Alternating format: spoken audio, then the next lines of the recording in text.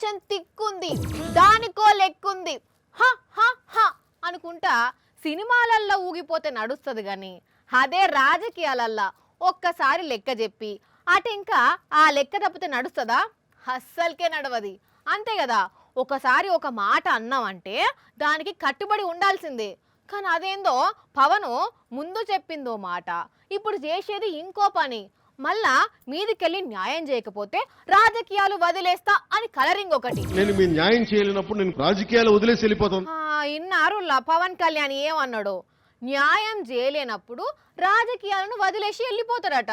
మరి ఇట్లయితే పవన్ ఈ పాటికి ఎన్నిసార్లు రాజకీయాలను వదిలేసి వెళ్ళిపోవాలనో,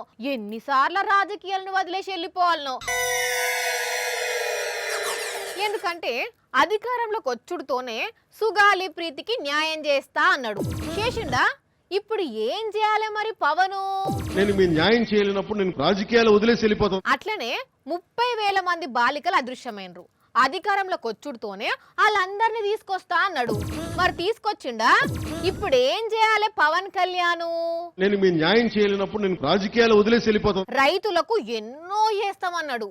మరి ఇప్పుడు ఉల్లి రైతులు ఉల్లికి ధర లేదని పారబోస్తున్నా, వాళ్ళ గురించి మాట్లాడతలేడు, వాళ్ళకు మద్దతు ధర ఇస్తలేడు.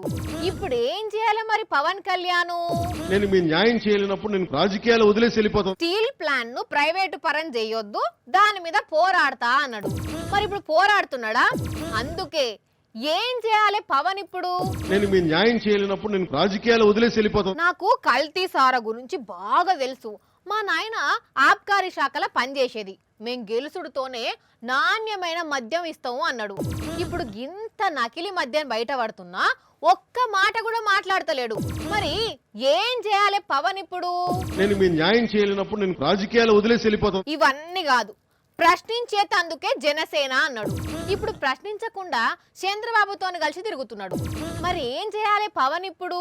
నేను మీ న్యాయం చేయలేనప్పుడు నేను రాజకీయాలు వదిలేసి వెళ్ళిపోతాను. ఇట్లా చెప్పుకుంటా పోతే పవన్ కళ్యాణ్ చాలా సార్లు రాజకీయాలను వదిలేయాల్సి వస్తుంది. అంతే కదా నుల్లా? అవన్నీ మర్చిపోయి మళ్ళీ ఇప్పుడు కొత్తగా నేను న్యాయం చేయలేనప్పుడు రాజకీయాలను వదిలేస్తా అంటే ఎవరు నమ్ముతారు పవన్ కళ్యాణ్ అని అనుకుంటున్నారట కొందరు పబ్లిక్.